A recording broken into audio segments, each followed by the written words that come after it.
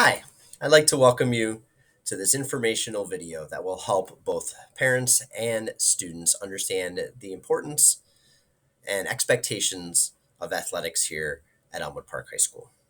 Once you have finished watching this video, you may continue to register for your sport. My name is Tony Sylvester, Assistant Principal of Athletics and Activities at Elmwood Park High School. You can find our office inside the high school's main office, and our office hours are Monday through Friday, 7:30 a.m. to 3:30 p.m. You can also find additional information on our school's athletic website, including the 8 to 18 website that has calendars, schedules, and registration information. You also could find us on Twitter under the handle at EPHS Athletics. Participation in Elmwood Park High School athletics is a privilege. And in order to register, there are a few things that we need to have on file. The first is a physical. You need a current physical on file with our athletic office. Physicals are good for 395 days or 13 months. Additionally, you have to have paid the athletic fee of $65 and had a parent or guardian consent form that outlines the expectations for athletics here at Elmwood Park High School. Additional forms such as safety with concussions and performance enhancing substances will also be filled out at the time of registration. Student attendance. In order to participate in athletics, you need to have attended school for at least half of the school day in order to participate in games and practices.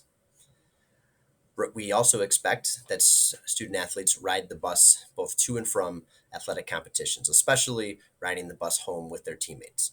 We feel it is an integral part of team bonding and making sure that relationships are built and fostered. If there is an extenuating circumstance, we ask that parents reach out to the athletic office ahead of time.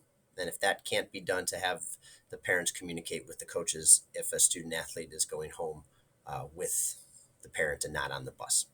We also ask that students do not go home with siblings or other parents. Athletic eligibility. Student athletes must pass weekly 5 classes in order to remain eligible through the IHSA, the Illinois High School Association.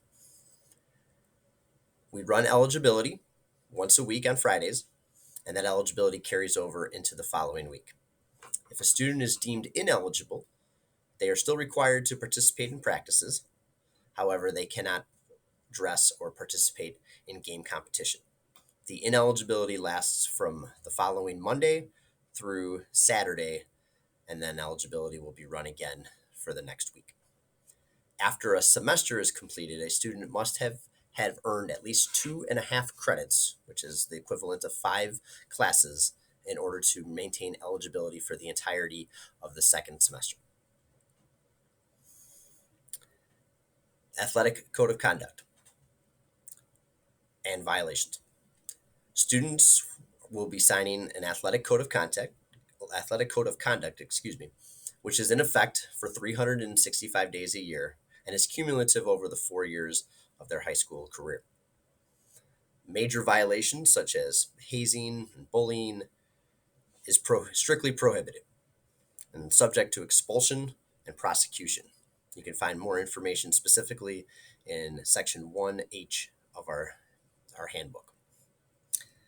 Other violations could result in consequences from the coaching staffs of the respective programs and or the athletic office.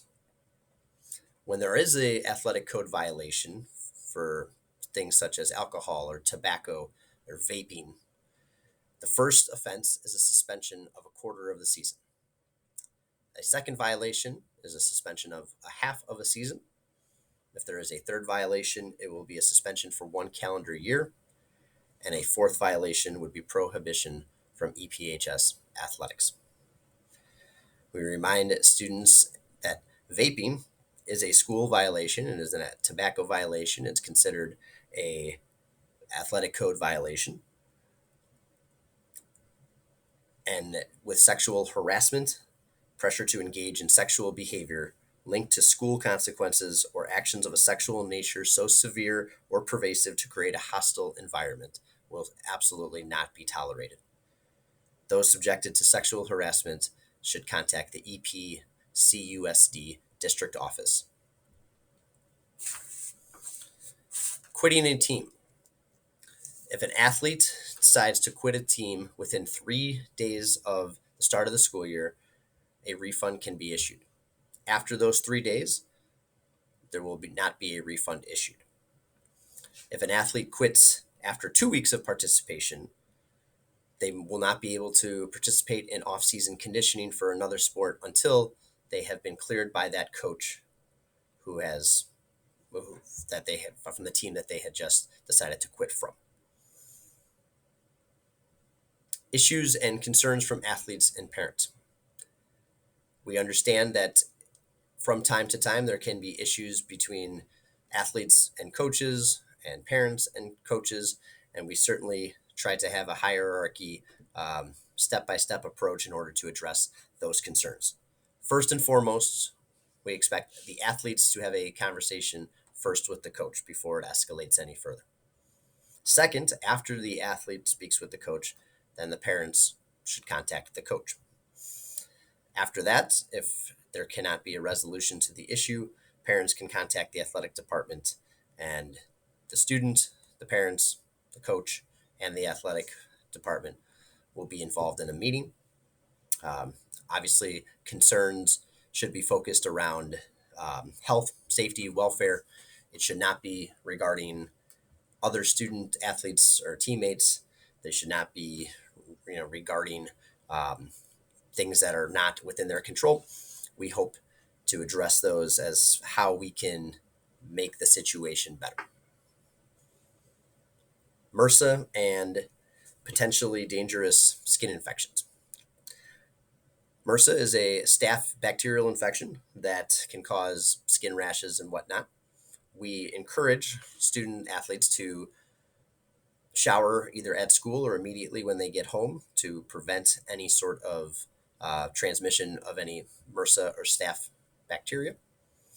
We would like to remind students and parents to try to wash uniforms and specifically practice clothes frequently, and not to just stuff them in a locker for the duration of a season.